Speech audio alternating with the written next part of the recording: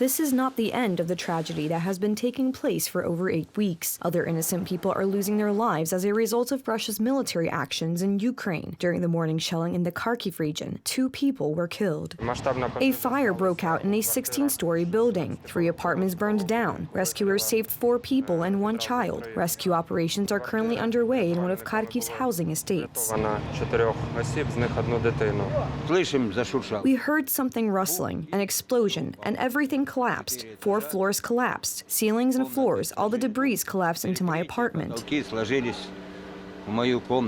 The shocking account of the Russian besiege of Mariupol is a picture of the largest humanitarian catastrophe in Europe in years. The aggressors took control of almost the entire city. Therefore, the mayor of Mariupol, Vadim Boychenko, appealed to the residents for full evacuation. There are still 100,000 people in the city who are waiting for evacuation for the 2nd day in a row, and the Russians are supplying us with too few buses. As it was yesterday, they said there would be 90 buses, but only 7 arrived. It is important to understand that the life that is still there is in the hands of only one person, Vladimir Putin.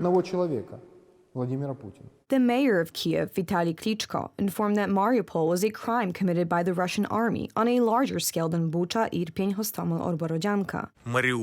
Mariupol is a symbol of self-sacrifice and steadfastness of the Ukrainian people, even if it is damaged, torn to shreds, without electricity, gas and water, food and medicine. Mariupol is a wound in the heart of Ukraine and the entire civilized world, because people who are literally held hostage die of starvation in their cellars and are killed by gunfire. They are taken to filter camps in the territory of the aggressor, and this is happening in the 21st century in the center of Europe.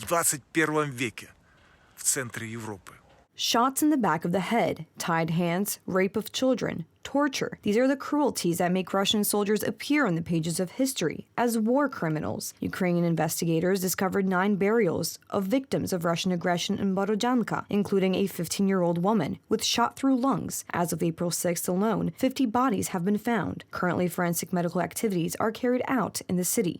This is another temporary burial that policemen are investigating. One of our activities is looking for the bodies of people killed by Russian soldiers, their exhumation. We make the first inspection and send it to expert opinions.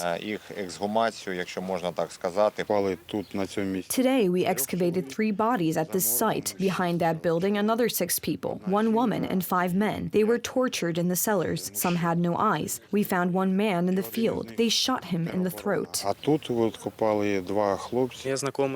A friend from my school tried to leave Bucha. She rode with her parents through Hostomel, and they fell under fire. They hurt my father's hand. She was injured in the lungs, and after 2 days in the city hospital, she died. She was only 14 years old. I felt it hard. 2 days later, I went with my grandfather to the garden and saw that they were burying her there, temporarily. Her mother traveled here after about 40 days of war. She fell to her knees. She screamed, "Forgive me." It was her only daughter.